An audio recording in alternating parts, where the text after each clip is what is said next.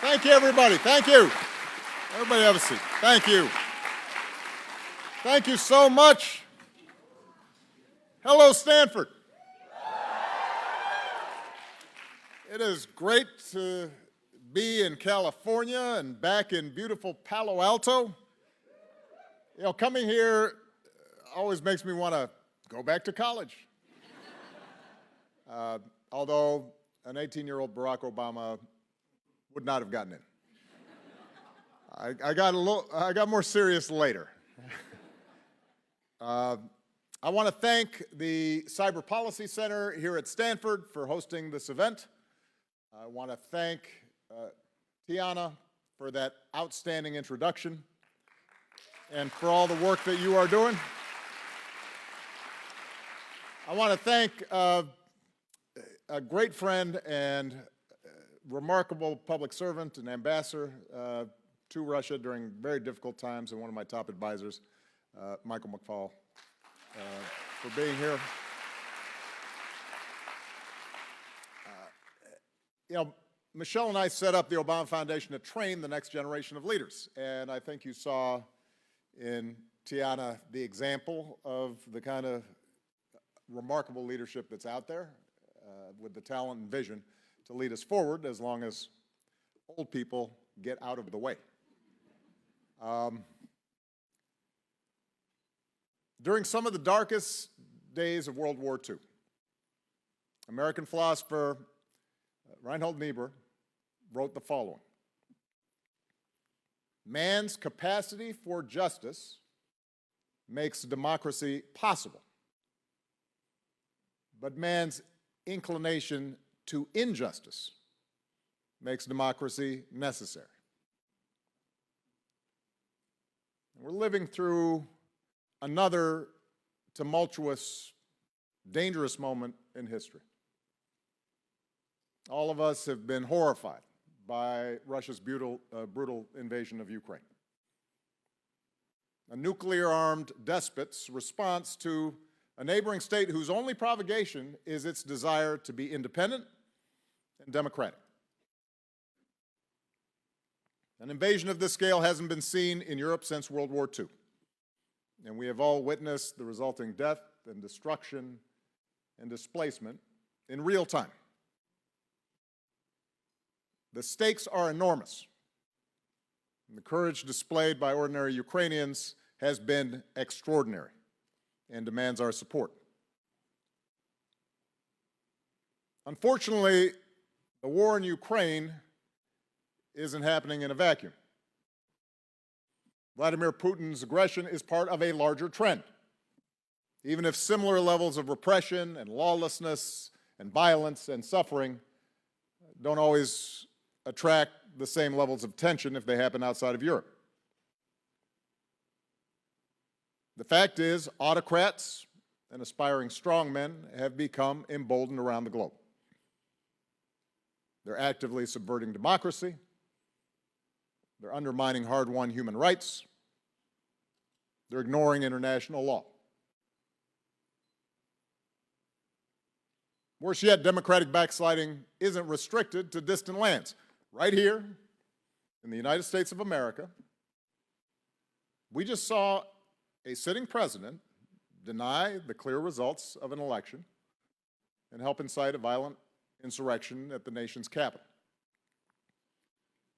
Not only that, but a majority of his party, including many who occupy some of the highest offices in the land, continue to cast doubt on the legitimacy of the last election and are using it to justify laws that restrict the vote and make it easier to overturn the will of the people in states where they hold power. So for those of us who believe in democracy and the rule of law, this should serve as a wake-up call. We have to admit that, at least in the years since the Cold War ended, democracies have grown dangerously complacent. That too often we've taken freedom for granted. What recent events remind us is that democracy is neither inevitable nor self-executing. citizens like us have to nurture it. We have to tend to it and fight for it. And as our circumstances change, we have to be willing to look at ourselves critically and make reforms that can allow democracy not just to survive, but to thrive. That won't be easy. A lot of factors have contributed to the weakening of democratic institutions around the world. One of those factors is globalization, which has helped lift hundreds of millions out of poverty, most notably in China and India, but which, along with automation, has also upended entire economies, accelerated global inequality, and left millions of others feeling betrayed and angry at existing political institutions.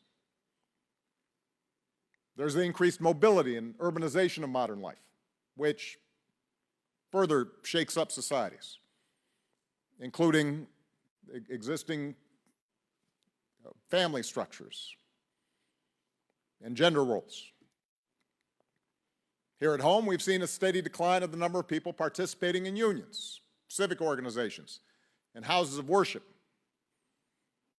mediating institutions that once served as a kind of communal glue. Internationally, the rise of China, as well as chronic political dysfunction here in the US and in Europe, not to mention the near collapse of the global financial system in 2008, has made it easier for leaders in other countries to discount democracy's appeal.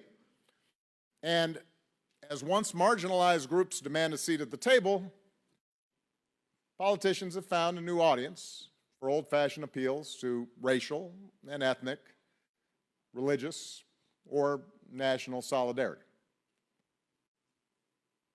And in the rush to protect us from them, virtues like tolerance and respect for democratic processes start to look not just expendable, but like a threat to our way of life.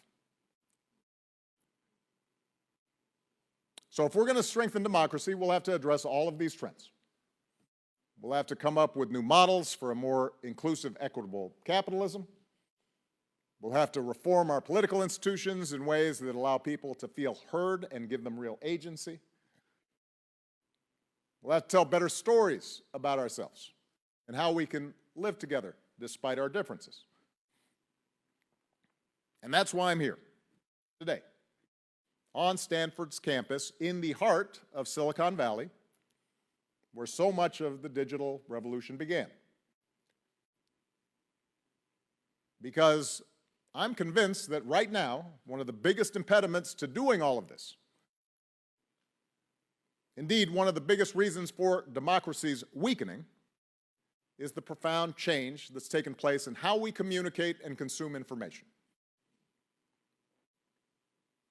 Now, let me start off by saying I am not a Luddite.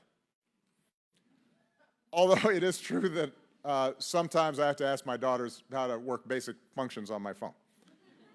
I am amazed by the internet. It's connected billions of people around the world, put the collected knowledge of centuries at our fingertips. It's made our economies vastly more efficient, accelerated medical advances, opened up new opportunities, allowed people with shared interests to find each other. I might never have been elected president if it hadn't been for websites like, and I'm dating myself, MySpace, Meetup, and Facebook that allowed an army of young volunteers to organize, raise money, spread our message. That's what elected me. And since then, we've all witnessed the ways that activists use social media platforms to register dissent and shine a light on injustice and mobilize people on issues like climate change and racial justice. So the internet and the accompanying information revolution has been transformative, and there's no turning back. But, like all advances in technology, this progress has had unintended consequences. It's sometimes come at a price. And in this case, we see that our new information ecosystem is turbocharging some of humanity's worst impulses. Not all of these effects are intentional or even avoidable. They're simply the consequence of billions of humans suddenly plugged into an instant 24/7 global information stream. 40 years ago, if you were a conservative in rural Texas, you weren't necessarily offended by what was going on in San Francisco's Castro district because you didn't know what was going on.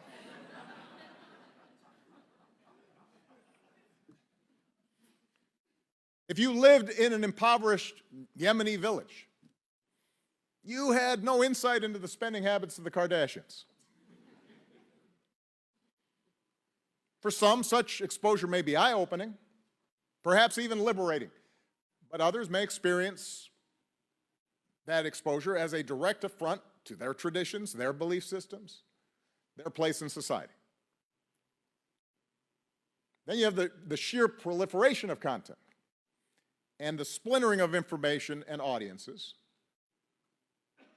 That's made democracy more complicated. I'll date myself again. If you were watching TV here in the United States between about 1960 and 1990, I Dream of Jeannie, The Jeffersons, chances are you were watching one of the big three networks. And this had its own problems, particularly the ways in which programming often excluded voices and perspectives of women and people of color and other folks outside of the mainstream. But it did fortify a sense of shared culture. And when it came to the news, at least, citizens across the political spectrum tended to operate using a shared set of facts. What they saw, what they heard from Walter Cronkite or David Brinkley or others. Today, of course, we occupy entirely different media realities, fed directly into our phones. Don't even have to look up. And it's made all of us more prone to what psychologists call confirmation bias, the tendency to select facts and opinions that reinforce our pre-existing worldviews and filter out those that don't. So inside our personal information bubbles, our assumptions, our blind spots, our prejudices aren't challenged, they're reinforced. And naturally, we're more likely to react negatively to those consuming different facts and opinions, all of which deepens existing racial and religious and cultural divides. It's fair to say then that some of the current challenges we face are inherent to a fully connected world. Our brains aren't accustomed to taking in this much information this fast, and a lot of us are experiencing overload. But not all problems we're seeing now are an inevitable project or an inevitable byproduct of this new technology. They're also the result of very specific choices made by the companies that have come to dominate the internet generally and social media platforms in particular. Decisions that, intentionally or not, have made democracies more vulnerable. Now, I'm at Stanford. Most of you know the story by now. 20 years ago, pillars of web search were comprehensiveness, relevance, speed. But with the rise of social media and the need to better understand people's online behavior in order to sell more advertising, companies wanted to collect more data. More companies optimized for personalization, engagement, and speed. And unfortunately, it turns out that inflammatory, polarizing content attracts and engages. Other features of these platforms have compounded the problem. For example, the way content looks on your phone, as well as the veil of anonymity that platforms provide their users a lot of times can make it impossible to tell the difference between, say, a peer-reviewed article by Dr. Anthony Fauci and a miracle cure being pitched by a huckster. And meanwhile, sophisticated actors, from political consultants to commercial interests to intelligence arms of foreign powers,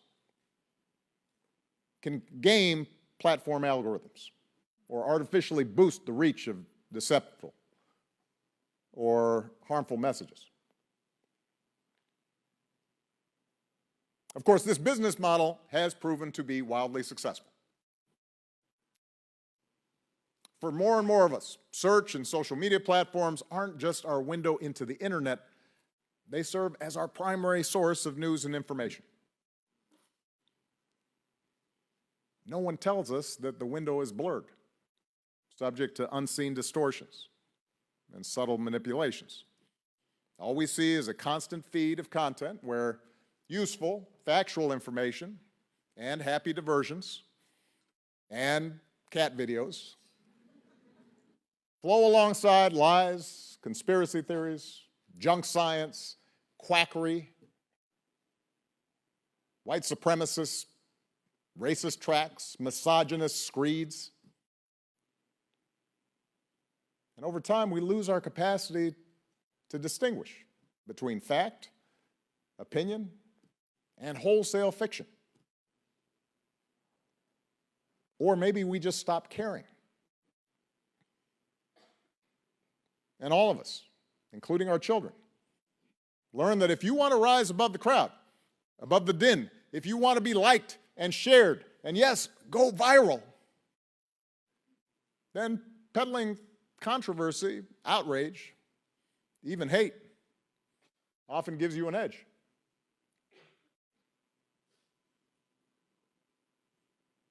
Now, it's true tech companies and social media platforms are not the only distributors of toxic information.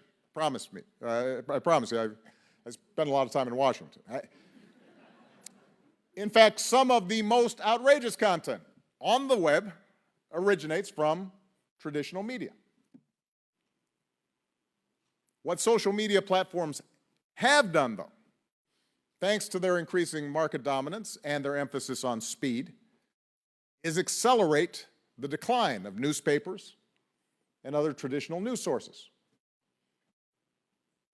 There's still brand name newspapers and magazines, not to mention network news broadcasts, NPR, other outlets that have adapted to the new digital environment while maintaining the highest standards of journalistic integrity. But as more and more ad revenue flows to the platforms that disseminate the news, rather than that money going to the newsrooms that report it, publishers, reporters, editors, they all feel the pressure to maximize engagement in order to compete. Reporters start worrying about, I got to tweet something, because if I don't, I may be out of a job. That's the information environment we now live in. It's not just that these platforms have, with narrow exceptions, been largely agnostic regarding the kind of information available and connections made on their sites. It's that in the competition between truth and falsehood, cooperation and conflict, the very design of these platforms seems to be tilting us in the wrong direction. And we're seeing the results. Take COVID. The fact that scientists developed safe, effective vaccines in record time is an unbelievable achievement. And yet, despite the fact that we've now essentially clinically tested the vaccine on billions of people worldwide, around 1 in 5 Americans is still willing to put themselves at risk and put their families at risk rather than get vaccinated. People are dying because of misinformation. I already mentioned the 2020 presidential election. President Trump's own Attorney General has said that the Justice Department uncovered no evidence of widespread voter fraud. A review of the ballots in Arizona's largest county, the results of which were endorsed by some pretty courageous local Republicans, because many of them harassed and received death threats, actually found more votes for President Biden and fewer votes for President Trump. And yet today, as we speak, a majority of Republicans still insist that President Biden's victory was not legitimate. That's a lot of people.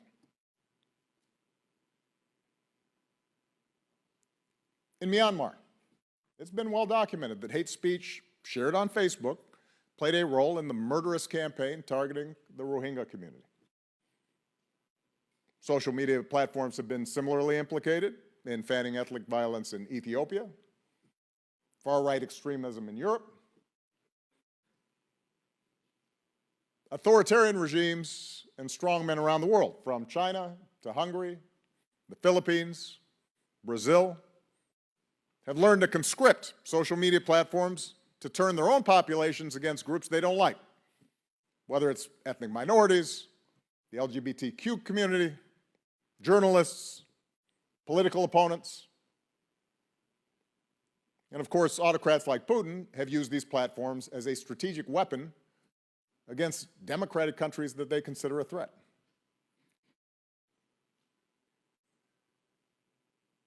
People like Putin, and Steve Bannon for that matter, understand it's not necessary for people to believe disinformation in order to weaken democratic institutions. You just have to flood a country's public square with enough raw sewage. You just have to raise enough questions, spread enough dirt, plant enough conspiracy theorizing that citizens no longer know what to believe. Once they lose trust in their leaders, in mainstream media, in political institutions, in each other, in the possibility of truth, the game's won. And as Putin discovered leading up to the 2016 election, our own social media platforms are well designed to support such a mission, such a project.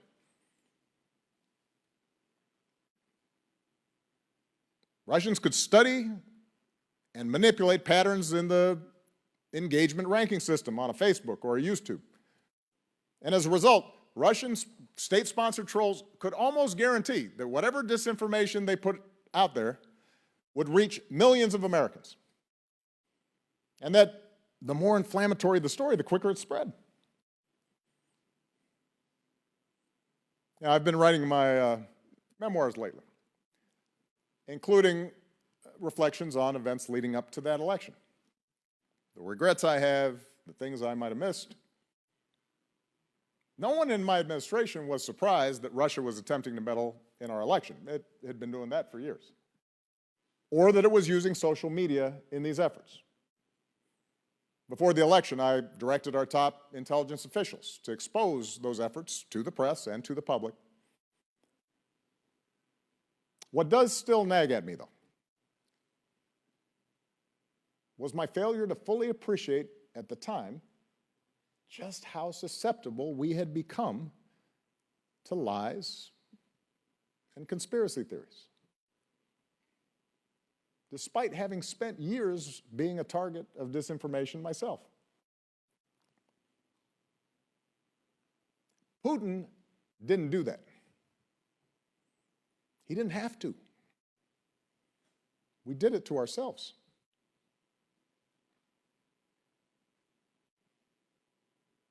So where do we go from here? If we do nothing, I am convinced the trends that we're seeing will get worse. New technologies are already challenging the way we regulate currency, how we keep consumers safe from fraud, And with the emergence of AI, disinformation will grow more sophisticated. I've already seen demonstrations of deep fake technology that show what looks like me on a screen saying stuff I did not say. It's a strange experience, people.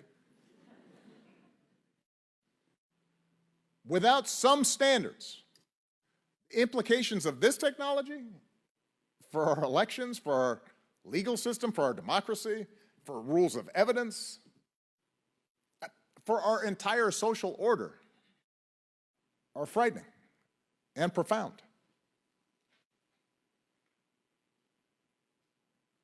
Fortunately, I am convinced that it is possible to preserve the transformative power and promise of the open internet while at least mitigating the worst of its harms. And I believe that those of you in the tech community, soon to be in the tech community, not just its corporate leaders, but employees at every level, have to be part of the solution. The essence of this place, what put Silicon Valley on the map, is a spirit of innovation.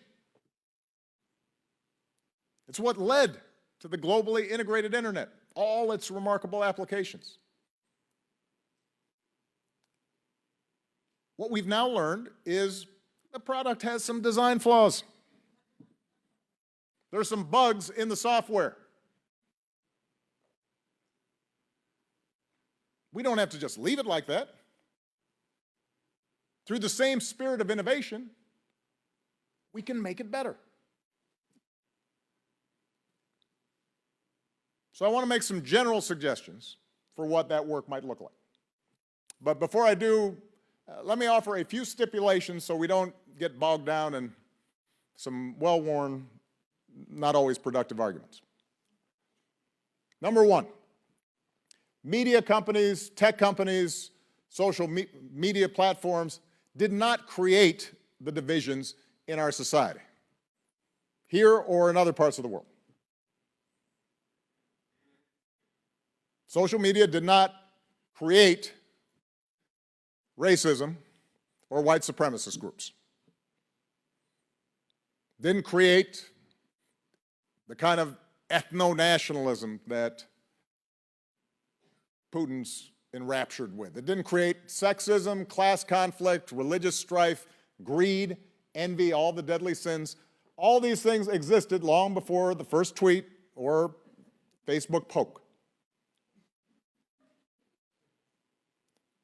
Solving the disinformation problem won't cure all that ails our democracies or tears at the fabric of our world. But it can help tamp down divisions and let us rebuild the trust and solidarity needed to make our democracy stronger and to take on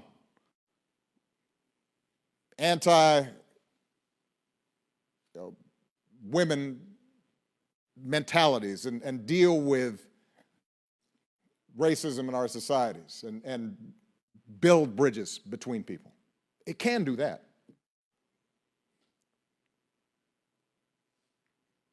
Second, we aren't going to get rid of all offensive or inflammatory content on the web. That is a straw man. We'd be wrong to try. Freedom of speech is at the heart of every democratic society. In America, those protections are enshrined in the First Amendment to our Constitution. There's a reason it came first in the Bill of Rights. I'm pretty close to a First Amendment absolutist. I believe that in most instances, the answer to bad speech is good speech. I believe that the free, robust, sometimes antagonistic exchange of ideas produces better outcomes and a healthier society. No democratic government can or should do what China, for example, is doing, simply telling people what they can and cannot say or publish while trying to control what others say about their country abroad. And I don't have a lot of confidence that any single individual or organization, private or public, should be charged or we do a good job at determining who gets to hear what. That said, the First Amendment is a check on the power of the state. It doesn't apply to private companies like Facebook or Twitter, any more than it applies to editorial decisions made by the New York Times or Fox News. Never has.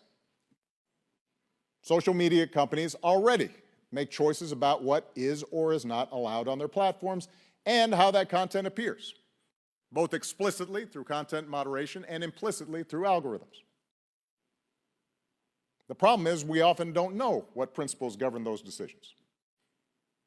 And on an issue of enormous public interest, there has been little public debate and practically no democratic oversight.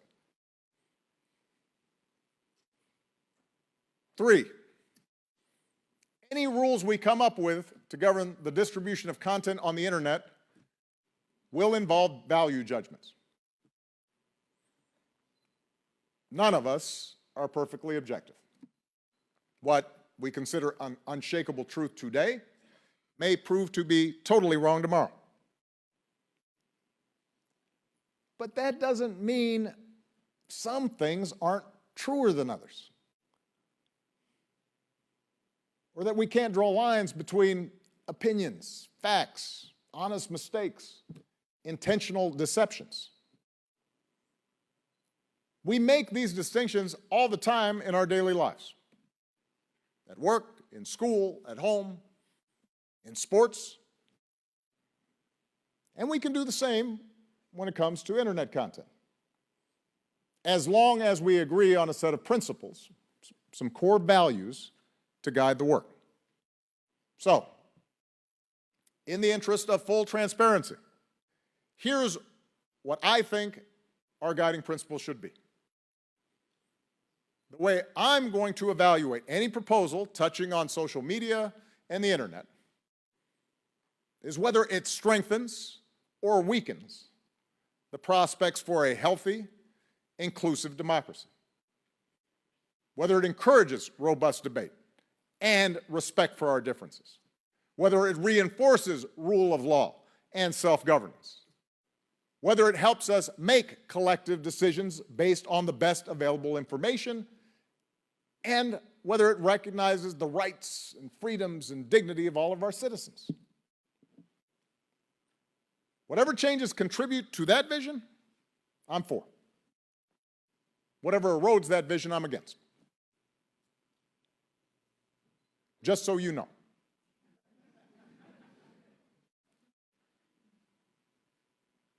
All right, so with that as my starting point, I believe we have to address not just the supply of toxic information, but also the demand for it. On the supply side, tech platforms need to accept that they play a unique role in how we, as a people, and people around the world, are consuming information, and that their decisions have an impact on every aspect of society. With that power comes accountability. And in democracies like ours, at least, the need for some democratic oversight. For years, social media companies have resisted that kind of accountability. They're not unique in that regard. Every private corporation wants to do anything it wants. So the social media platforms called themselves neutral platforms with no editorial role in what their users saw. They insisted that the content people see on social media has no impact on their beliefs or behavior, even though their business models and their profits are based on telling advertisers the exact opposite. Now, the good news is that almost all the big tech platforms now acknowledge some responsibility for content on their platforms, and they're investing in large teams of people to monitor it. Given the sheer volume of content, this strategy can feel like a game of whack-a-mole. Still, in talking to people at these companies, I believe they are sincere in trying to limit content that engages in hate speech, encourages violence, or poses a threat to public safety. They genuinely are concerned about it. They want to do something about it. But while content moderation can limit the distribution of clearly dangerous content, it doesn't go far enough. Users who want to spread disinformation have become experts at pushing right up to the line of what at least published company policies allow. And at those margins, social media platforms tend not to want to do anything. Not just because they don't want to be accused of censorship, because they still have a financial incentive to keep as many users engaged as possible. More importantly, these companies are still way too guarded about how exactly their standards operate, or how their engagement ranking systems influence what goes viral and what doesn't. Now, some companies have been taking the next step in managing toxic content, experimenting with new product designs that, to use just one example, add friction to slow the spread of potentially harmful content. And that kind of innovation is a step in the right direction. It should be applauded. But I also think decisions like this shouldn't be left solely to private interests. These decisions affect all of us. And just like every other industry that has a big impact in our society, that means these big platforms need to be subject to some level of public oversight and regulation. Now, right now, a lot of the regulatory debate centers on Section 230 of the United States Code, which, as some of you know, says that tech companies generally can't be held liable for most content that other people post on their platforms. But let's face it, these platforms are not like the old phone company. And while I'm not convinced that wholesale repeal of Section 230 is the answer, it is clear that tech companies have changed dramatically over the last 20 years. And we need to consider reforms to Section 230 to account for those changes, including whether platforms should be required to have a higher standard of care when it comes to advertising on their site. And by the way, I believe, and I've seen, that regulation and innovation are not mutually exclusive. Now, here in the United States, we have a long history of regulating new technologies in the name of public safety, from cars and airplanes to prescription drugs to appliances. And while companies initially always complain that the rules are going to stifle innovation and destroy the industry, the truth is that a good regulatory environment usually ends up spurring innovation because it raises the bar on safety and quality, and it turns out that innovation can meet that higher bar. And if consumers trust that new technology is doing right by them and is safe, they're more likely to use it. And if properly structured, regulation can promote competition and keep incumbents from freezing out new innovators. So a regulatory structure, a smart one, needs to be in place, designed in consultation with tech companies and experts and communities that are affected, including communities of color and others that sometimes are not well represented here in Silicon Valley, that will allow these companies to operate effectively while also slowing the spread of harmful content. In some cases, industry standards may replace or substitute for regulation, but regulation has to be part of the answer. Beyond that, tech companies need to be more transparent about how they operate.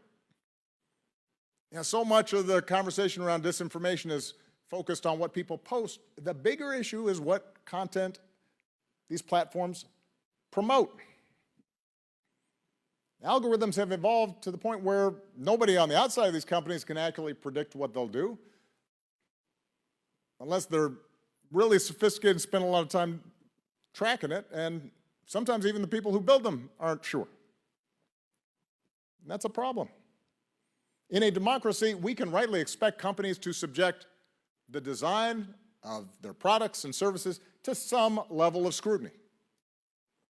At minimum, they should have to share that information with researchers and regulators who are charged with keeping the rest of us safe. This may seem like an odd example, and forgive me, you vegans out there, but if a meat-packing company has a proprietary technique to keep, say, our hot dogs fresh and clean, they don't have to reveal to the world what that technique is. They do have to tell the meat inspector.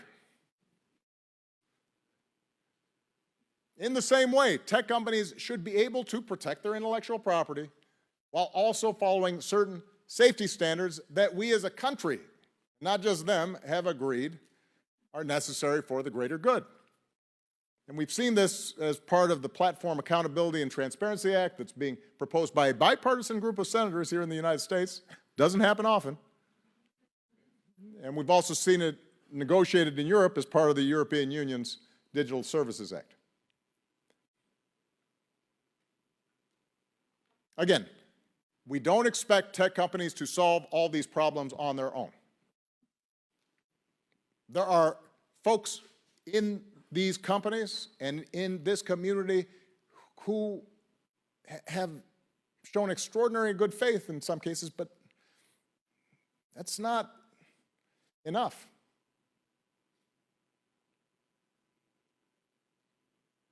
We do expect these companies to affirm the importance of our democratic institutions, not dismiss them, and to work to find the right combination of regulation and industry standards that will make democracy stronger.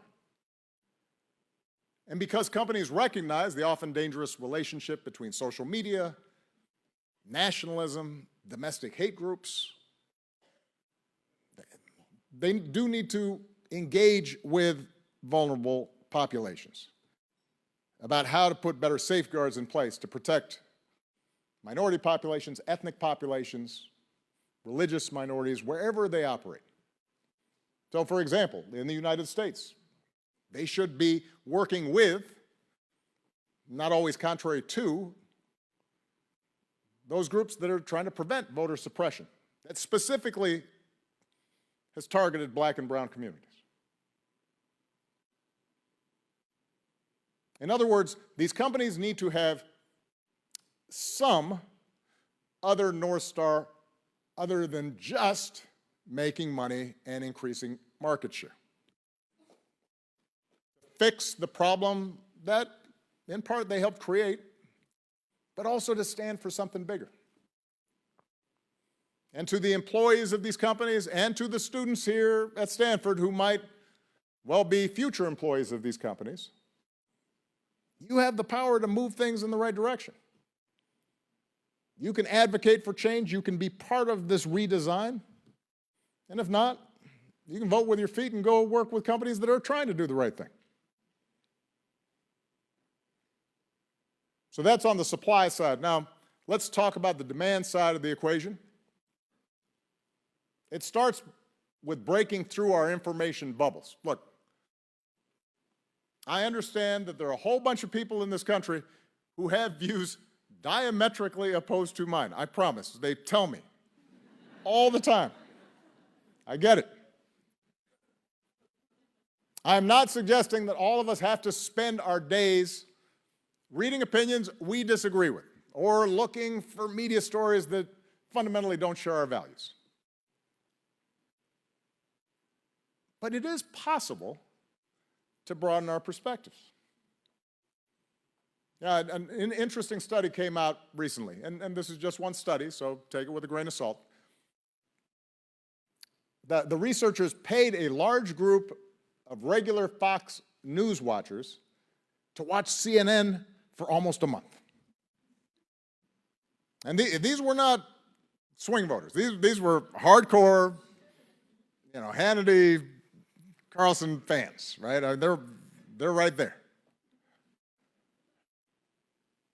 And what the researchers found was that at the end of the month, people's views on certain issues, like whether voting by mail should be allowed or whether electing Joe Biden would lead to more violence against police.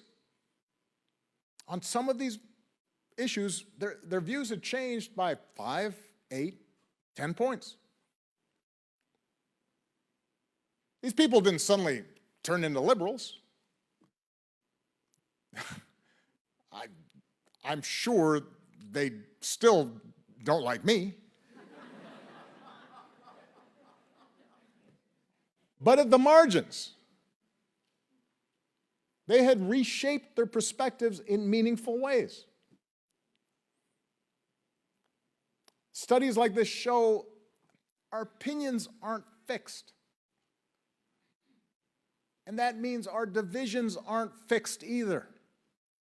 If we can agree on some common baseline of facts and agree on some common baseline of how we debate and sort out our disagreements. The divisions that exist in this country aren't going away anytime soon, but the information we get, the stories we tell ourselves can, as Lincoln said, encourage the better angels of our nature. They can also encourage the worst. And a healthy democracy depends on our better angels being encouraged. So, as citizens, we have to take it upon ourselves to become better consumers of news, looking at sources, thinking before we share, and teaching our kids to become critical thinkers who know how to evaluate sources and separate opinion from fact. In fact, a number of school districts around the country are working to train kids in this kind of online media literacy, not around any particular ideological perspective, but just how to check a source. Does this person who's typing in his mother's basement in his underwear seem a credible authority on climate change? That's something we should all want to support. Part of this project is also going to require us finding creative ways to reinvigorate quality journalism, including local journalism. Because one of the challenges we have, part of the reason that you've seen increased polarization is all media has become nationalized, and hence more ideological. And one encouraging trend has been a number of nonprofit newsrooms beginning to pop up in places like Baltimore, Houston, my hometown of Chicago, all aimed at providing essential coverage of what's happening locally and in state houses. And that's an example of how new models of journalism are possible, along with smart ways for communities to reinvigorate local news. Companies here in Silicon Valley that have reaped some of the largest benefits from the internet revolution, those companies need to find ways to support them. And I know Congress has been engaged with some of these companies to look at how can you get more revenue back into local news. We should also think about how to build civic institutions for a new generation. I mentioned the decline of what are called mediating institutions, unions, Rotary clubs, bowling leagues, right? But the thing is, studies show that if you participated in an organization like Student Council, which I did not, or the Boy Scouts, or Girl Scouts, groups that allow young people to practice learning, debating, voting, making decisions together, then you're much more likely to vote and be an active citizen. Those habits matter. We need to figure out ways to give young people and the rest of us the chance to build up civic muscles. And we have to figure out how to do that, not just in the real world, but also on virtual platforms where young people are spending time. This is one of the things we're focused on at the Obama Foundation. And great work is also being done by organizations like the MIT Center for Constructive Communication, which is making online conversations more civil and productive, and the News Literacy Project, which is building new tools to help people separate fact from fiction. And finally, it is important to reinforce these norms and values on an international scale. This is a globally integrated internet.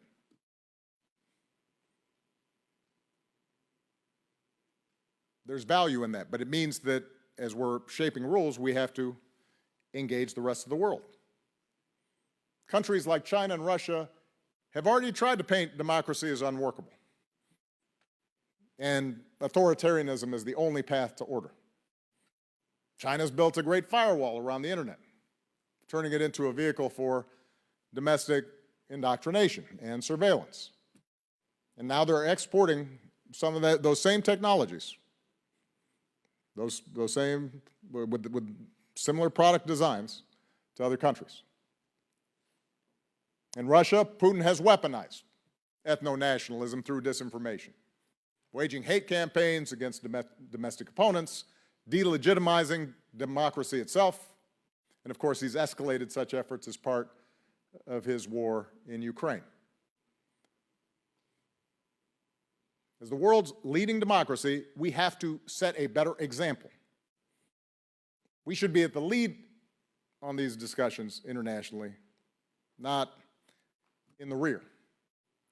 Right now, Europe is forging ahead with some of the most sweeping legislation in years to regulate the abuses that are seen in big tech companies. And their approach may not be exactly right for the United States, but it points to the need for us to coordinate with other democracies. We need to find our voice in this global conversation. And we've done it before. After World War II, after witnessing how mass media and propaganda could fan the flames of hate, we put a framework in place that would ensure our broadcast system was compatible with democracy. We required a certain amount of children's educational programming, instituted the fairness doctrine. Newsrooms changed practices to maximize accuracy.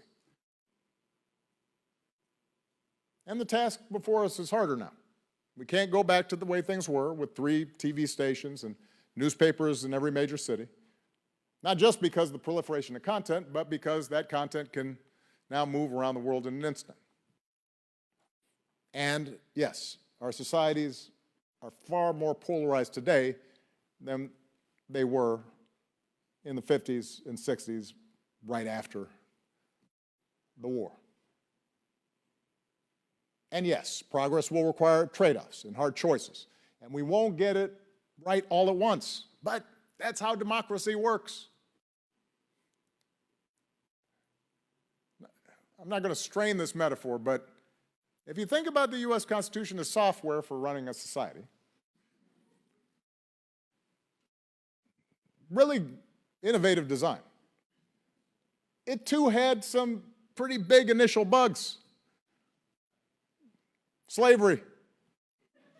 You could discriminate against entire classes of people. Women couldn't vote. Even white men without property couldn't vote, couldn't participate, weren't part of we the people. So we came up with a bunch of patches. The 13th Amendment, the 14th Amendment, 15th Amendment, 19th Amendment. We continued to perfect our union. And the good news is we've got a new generation of activists that seem to be ready to keep moving. Besides Tiana, who introduced me. I've had the privilege of meeting young leaders in our Obama Foundation network, like Timothy Franklin, who founded the National School of Journalism and Public Discourse in India to train journalists who are committed to justice and democracy in that country. Or Sandur Lederer from Hungary, who founded K-Monitor. This is a group that helps average citizens understand how public money is spent and flags potential corruption. Or Juliana Tafur, who's using documentary film and curated workshops to reduce polarization and help Americans connect across differences. Young people everywhere are recognizing that this is a problem. They're not just griping about it, they're doing their part to fix it. And the rest of us need to follow their lead. But these idealistic, innovative young people, they're going to need those of us who are already in positions of power, those of us like me who have a platform, to get our act together. If Congress is too polarized to pass anything, we probably won't make the kind of progress we need. If Republican elected officials, with a few notable, courageous exceptions, and I'm not going to mention them because I don't want them to be criticized for having been praised by me. But if the vast majority of elected Republican officials keep insisting that there's nothing wrong with saying an election was stolen without a shred of evidence, when they know better, this isn't going to work. Each of us, whether we work at a tech company or consume social media, whether we are a parent, a legislator, an advertiser on one of these platforms, now's the time to pick a side.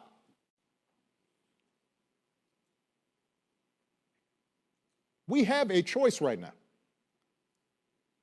Do we allow our democracy to wither? Or do we make it better? That's the choice we face. And it is a choice worth embracing.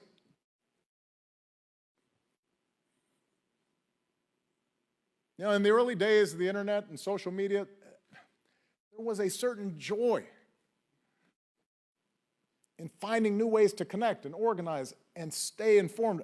There was so much promise. I know, I was there. And right now, just like politics itself, just like our public lives, social media has a grimness to it. We're so fatalistic about the steady stream of bile and vitriol that's on there. But it doesn't have to be that way. In fact, if we're going to succeed, it can't be that way. All of us have an opportunity to do what America has always done at our best, which is to recognize that even when the source code is working, the status quo isn't, and we can build something better together. This is an opportunity. It's a chance that we should welcome for governments to take on a big, important problem and prove that democracy and innovation can coexist. It's a chance for companies to do the right thing. You'll still make money, but you'll feel better. It's a chance for employees of those companies to push them to do the right thing. Because you've seen what's out there and you want to feel better. It's a chance for journalists and their supporters to figure out, how do we adapt old institutions and those core values that made those institutions valuable? How do we adapt that to a new age? It is a chance for all of us to fight for truth. Not absolute truth, not a fixed truth, but to fight for what deep down we know is more true, is right. It's a chance for us to do that, not just because we're afraid of what will happen if we don't, but because we're hopeful about what can happen if we do.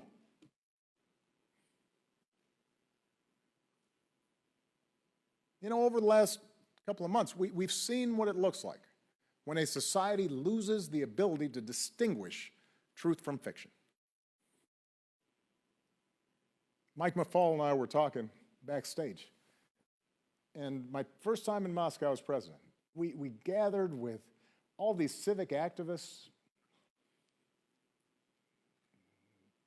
Putin, at that time, had receded from the foreground,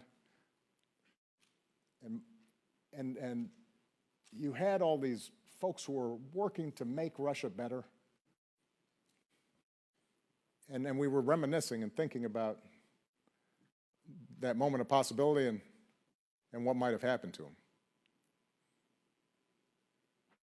And now in Russia, those who control the information have led public opinion further and further and further and further away from the facts until all of a sudden almost a quarter of the country's combat power has been damaged or destroyed in what the government is claiming is a, quote, special military operation. That's what happens when societies lose track of what is true. On the other hand, the last couple of months have also shown what can happen when the world pushes back. We have seen it in the people, including some of our Obama leaders in Europe, who are organizing on social media to help Ukrainian refugees, offering food and shelter and jobs and rides.